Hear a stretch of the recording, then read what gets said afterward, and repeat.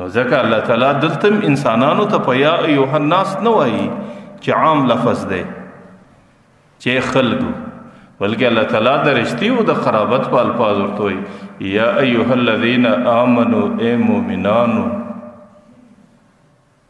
مفسرین لیکلي دي چې قرآن کریم کې چې په څومره ځایو کې الله تعالی انسانانو ته د یا ایها الذین آمنو په الفاظو باندې خطاب کوي، په هغې ټولو کې چې سړی وګوري د دې وینا څخه وروسته الله تعالی یو ډېره د همدردي او د شفقت خبره د مؤمنانو ته پیښوي.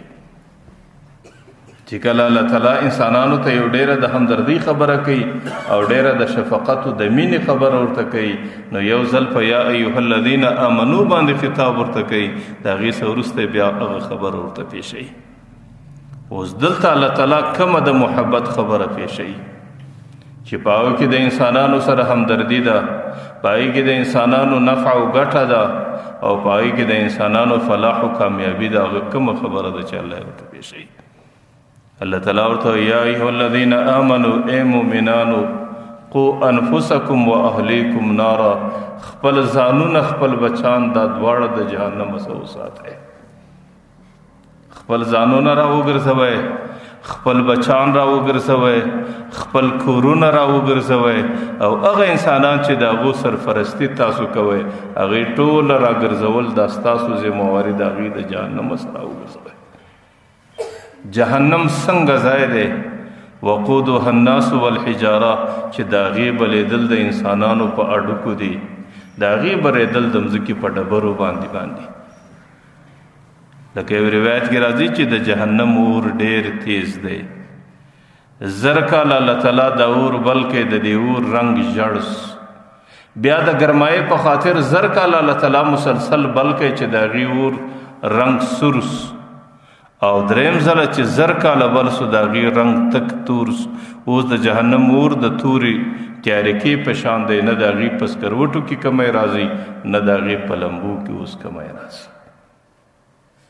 نو الله تعالی ورته وایي چې اے مؤمنانو خپل ځانونه او خپل بچان د جهنم سره وګرځوئ. جهنم داسې ځای دی وقودها الناس والحجاره چې د انسانانو په بدنو او د مځکې په کاڼو باندې هغه اور بلی شي. علیها ملائکة غلاظ شداد، الله تعالی د جهنم باندې ډېرې غلیظې او ډېرې شدیدې او ډېرې سخت طبیعت ملائکې مقرر کړي دي. لا یعصون الله ما امرهم، هغوی د الله تعالی د امر یوه ذره نافرماني نه کوي. ویفعلون ما یؤمرون، چې د الله د طرفه کومه خبره ورته وسي هغه دستي پر ځای کوي. نو الله تعالی د انسانانو ته دا ښکاره خبره کوي.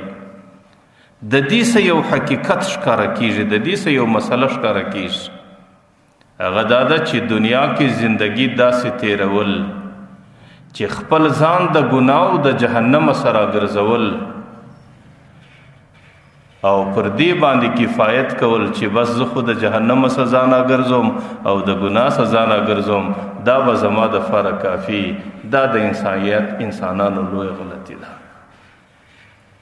د انسان ذمہواری قرآن کریم دا نه د بیان کړي چې صرف ځان به د ګناه او د جهنم سره ګرځي، بلکې د انسان ذمہواری دا ده چې ځان به هم را ګرځي، بچان به هم را ګرځي، د کور انسانان به هم را ګرځي، د کور ماحول به د جهنمی ماحول سره جنتی ماحول جوړي. دا ټوله د انسان ذمہواری ده.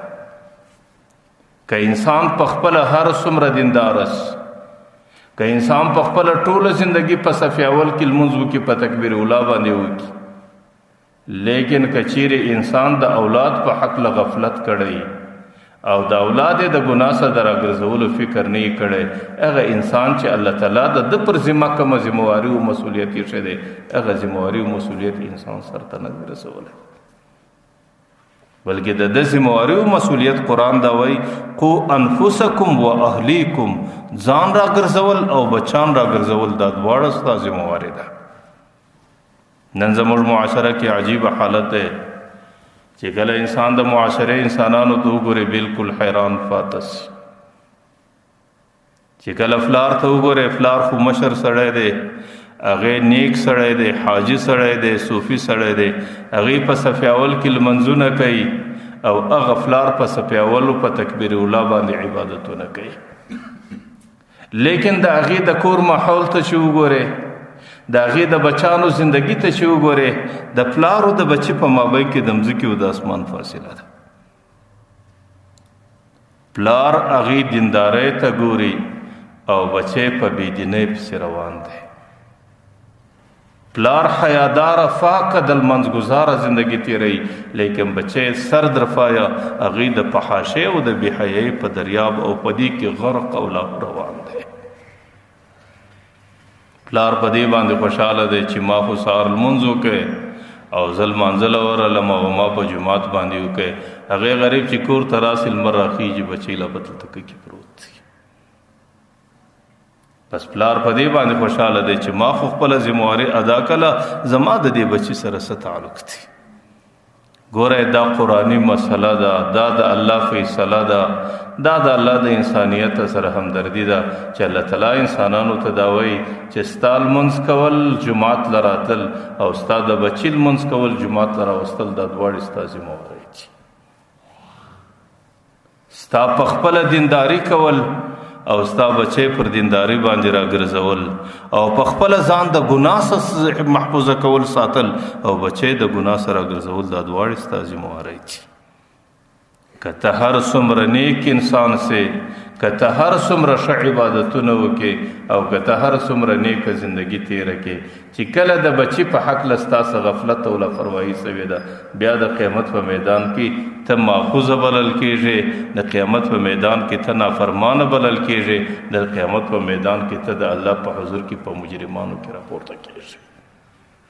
ځکه د الله تعالی دنیا کې دا فیصله راستولې ده، قو انفسکم و اهلیکم نارا. صرف د ځان خبره نه ده بلکې د اولاد خبره هم ده. ذمهواري دا د ځان نه ده، ذمهواري د اولاد هم ده. او ځان د جهنم سره راګرځول او اولاد د جهنم سره راګرځول، دا ټوله د پلار ذمهواري بلل کېږي.